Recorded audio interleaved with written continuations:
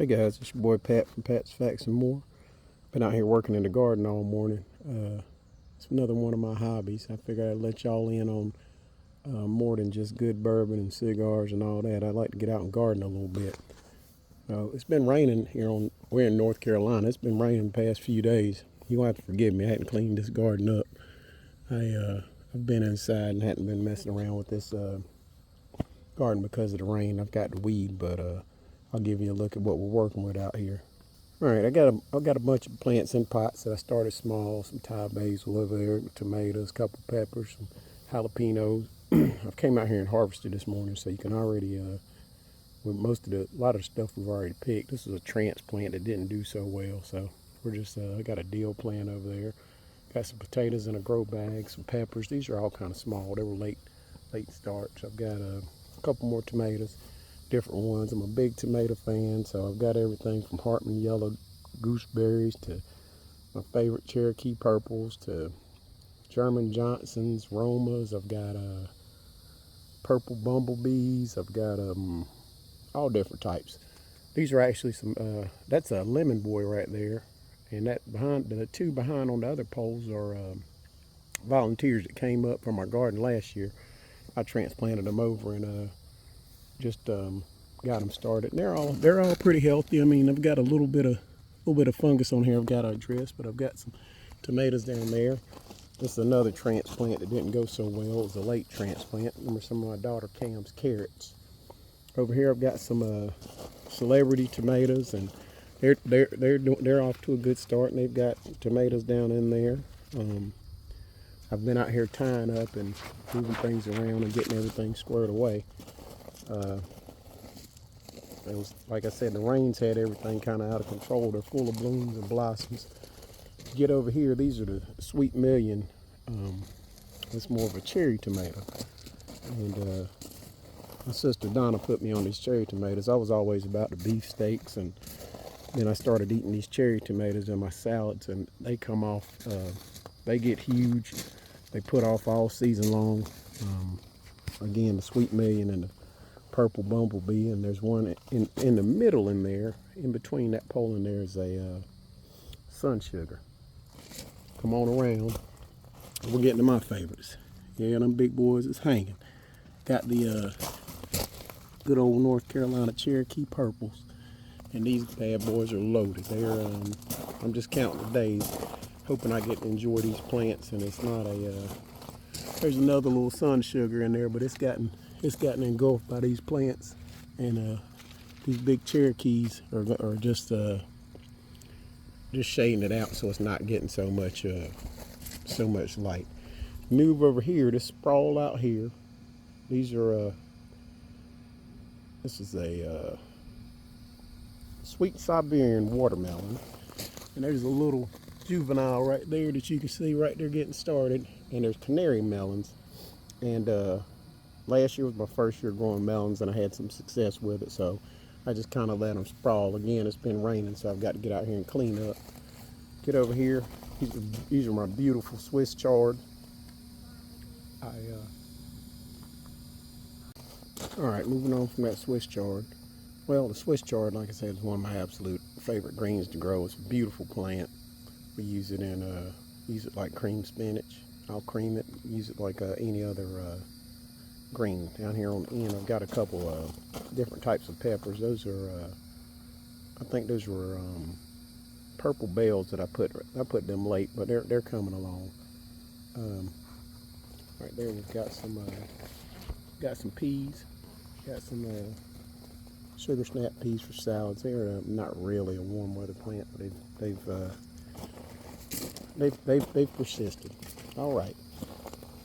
This is my wife's plant. I grew this thing just for my wife. This big sprawling plant is a few butternut squash.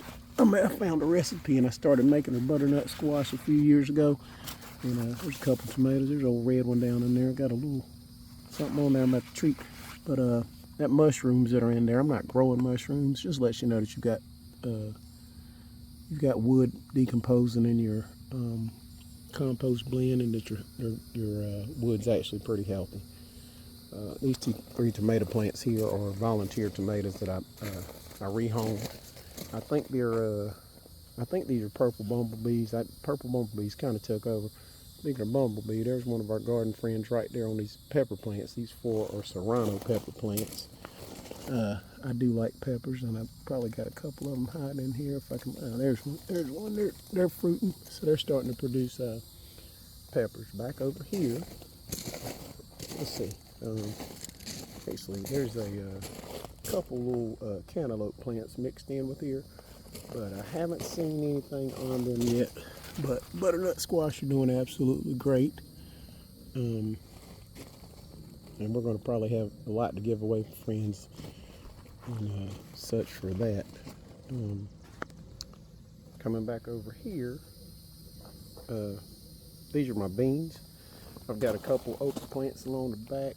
It's a tricolor bean. These are half runner beans. I've got to stake them up. Got to come up with some kind of trellis system for them. I didn't really think that all the way through. Down there I've got some okra that I started late. This is their time of year. This is a tenderette bush bean that I'm growing. They don't need any trellises. They grow as a bush. And then I've got a couple more okra. Hello, got some basil over there.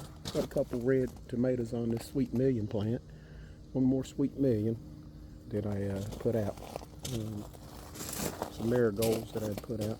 Now, these Romas, I thought I'd get away without staking them up. And I've been out here staking them up this morning because they've gone absolutely crazy. They're loaded with fruits. That's what I was working on this morning. I can't walk past this Cherokee purple without looking at these big boys. I can't wait for them to come out. That Cherokee purple is a native tomato plant in North Carolina, and it gained popularity back again in the late 90s, I think. This is the backside of those sweet millions. You can see that they're pretty loaded down, kind of growing in clusters, but they're loaded down.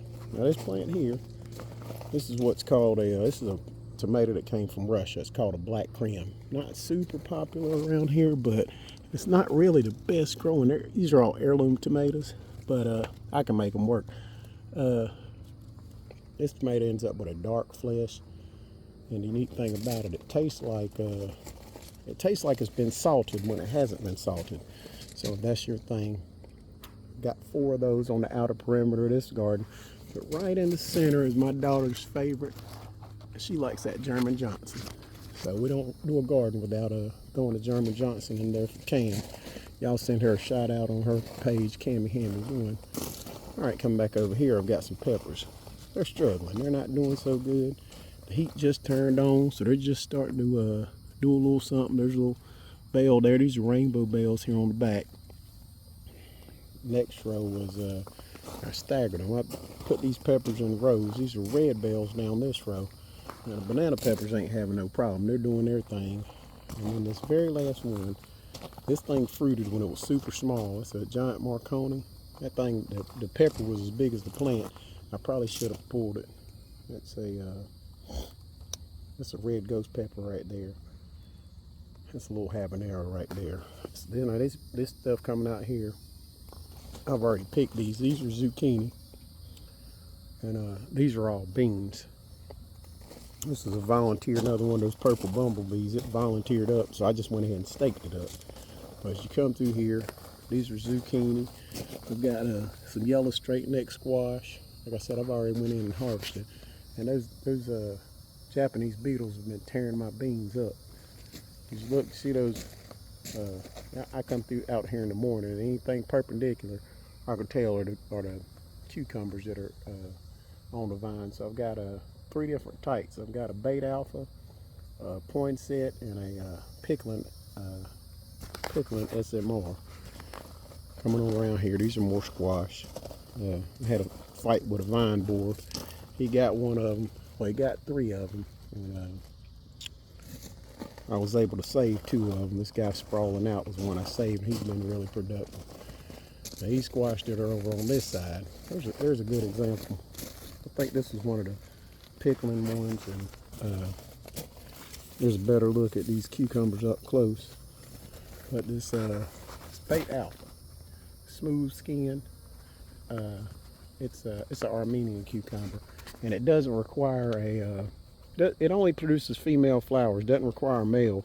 So what you see is what you get. Now these things hanging down, this is something I tried to grow last year. They didn't do so well, but I got them trellised up. You can see them over here. This thing's called a yard-long bean. It's like an Asian green bean, and it'll get to a yard long. It's supposed to be really good in stir fries. Come back around.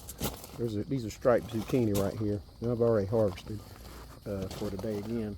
There's one right there hanging out. Those things were huge.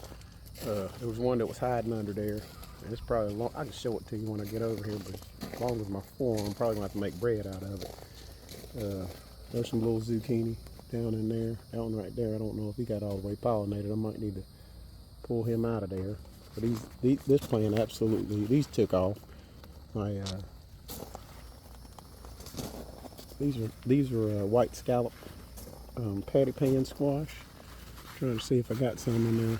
I know I've got a couple on the plant, but I can show you what they look like. There we go. A whole lot of pollinators out this morning. There's one right there. It's a beautiful plant.